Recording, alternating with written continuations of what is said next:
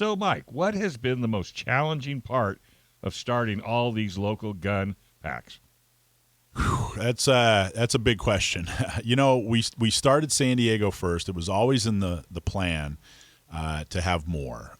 Orange County, LA, and we do. We have more now. But we started off with San Diego literally with nothing. We didn't have a dime in the bank. We had nothing. And I walked away from a very secure, good job to do it. And there's been a lot of challenges that I didn't expect. I think one of the big challenges has been that some of the Second Amendment organizations that we've heard of and some of the people that run these Second Amendment organizations that you all know, I'm not going to say the names of the organization or the people, but they've been hostile towards us, hostile towards San Diego County Gun Owners, hostile towards me, even after meeting with them and saying, hey, we want to work together. We want to try to do this plan. It's a simple plan. We just want to get people elected in the local boards and councils across the county. That's all we wanted to do. We're not trying to step on toes or take over anything. We're not doing this because we felt that other gun organizations were doing a bad job. We're just trying to add to the plan.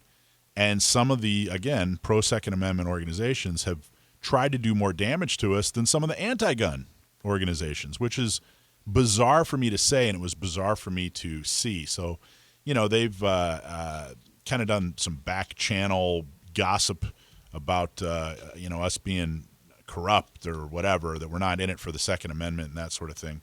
And that's been tough. Firearms Policy Coalition is one organization that stood by us from the beginning, and I can't tell you, we've done great things, and we're continuing doing great things with Firearms Policy Coalition. They didn't tell us how we should do things. They just said, hey, how can we help? And now we're filing lawsuits together, and it looks really good, and think good things are happening.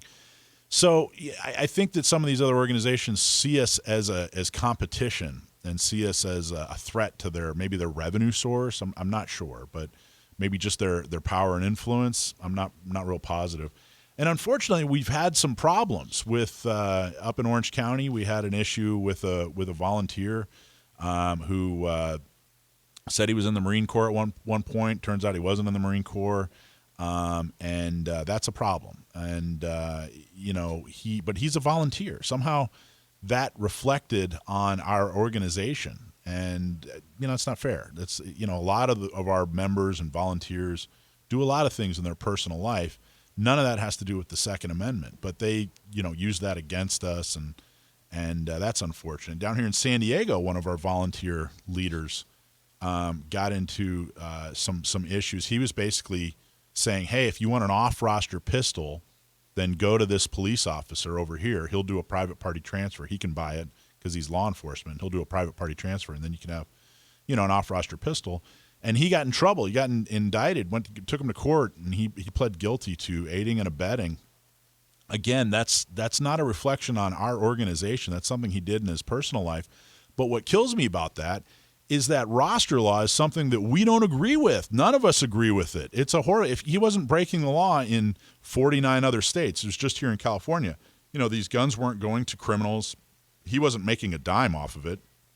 He was just saying, hey, this police officer over here is able to get you an off-roster pistol. And everybody at the time thought it was legal and until they found out it wasn't. And again, that somehow is they're using it against us, and it's like reflecting on us, and it doesn't have anything to do with the Second Amendment. It really doesn't have anything to do with us or the quality of work that we're doing, and it definitely doesn't have anything to do with the Second Amendment, and it doesn't have anything to do with restoring the Second Amendment. It doesn't have anything to do with fighting for the Second Amendment, and it's unfortunate. So I think that the toughest problem it can be boiled down to personality issues, which is getting in the way. We're going to open up LA County Gun Owners. We're going to open up San Francisco Bay Area Gun Owners. We're going to continue to grow Orange County, Riverside County, San Bernardino County Gun Owners. We have big plans, and there's a lot of we've already done a lot of great work. There's a lot of great people behind the work that we're doing. So I think that's been the biggest challenge, and it's been jarring, watching Second Amendment leaders who appear to be fighting for the Second Amendment, but in reality, their actions are that it's really just about their own ambition or their own power or their own insecurities. I don't know, we've just tried to. I tell our staff and I tell our volunteer board, hey, look, we're going to outwork them and we're going to outclass them, and that's what we continue to do every single day. We wake up and we try to be effective and we do the best job we can. And you know what? We're winning more than we're losing, and it's been really great. So the biggest challenge has been not the anti-gunners, not the moms demand action or whatever. I mean, they mouth off and do their thing, but the biggest challenge, the hardest part has actually been people who you would think would be our friends. And I never talk about this publicly. I never name names. I never talk about what organizations are doing this to us. I tell everybody, hey, support every pro Second Amendment organization out there, support them. But if someone's bad mouthing us or has a personal issue with us, just remember that's a personal issue. It's got nothing to do with the Second Amendment, and we're not going to entertain that stuff anymore. We never really did. We're just going to continue to fight for the Second Amendment and do our best. And we're an open book. Anybody that we're a meritocracy. If you come and work hard on Second Amendment stuff, then you're going to get a lot of stuff done, and you're going to get a lot of support from us. So I think, surprisingly, that's been the hardest part, is the people that we thought were going to be our friends, the people that we think we're fighting side by side in this fight. So I encourage everybody, put that stuff away. Just fight for the Second Amendment. Thanks for watching this clip from Gun Owners Radio.